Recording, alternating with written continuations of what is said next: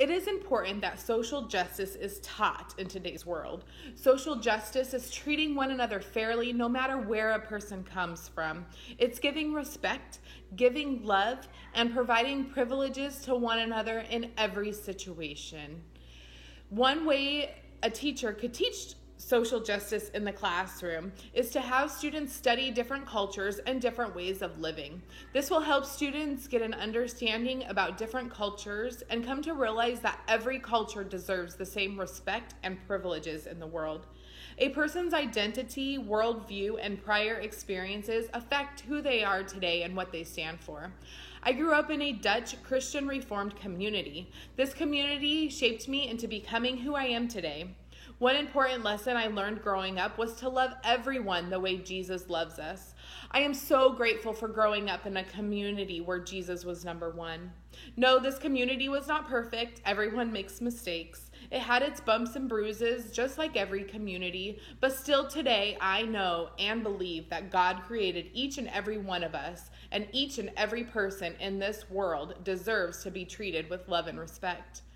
Each individual is proud of where they come from. Where they come from is what has shaped them and made them into the person they are today. Students are proud of their heritage. They are proud of the culture they are a part of. Students love to share. I want my classroom to be a safe place for each student to share who they are and where they come from. One way I could do this is by having students do a project about themselves, telling the class who they are, what they like and what they don't like, where they come from, what they believe. Sharing this information as a class will help each student accept and realize that each student comes from different places. Knowing where someone comes from helps us be able to understand that person better. I believe that allowing students to share and hear their differences will allow them to accept each other for who they are. God has commanded us to love one another.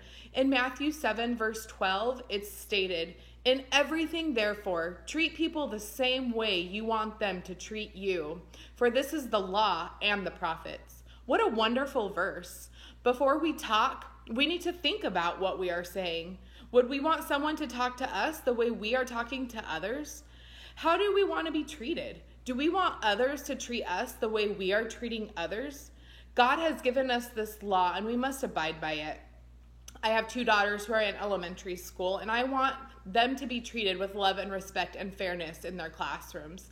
If this is what I want for my children, don't you think others want that for their children? Each student in our classroom has a mom, a dad, or a guardian of some sort.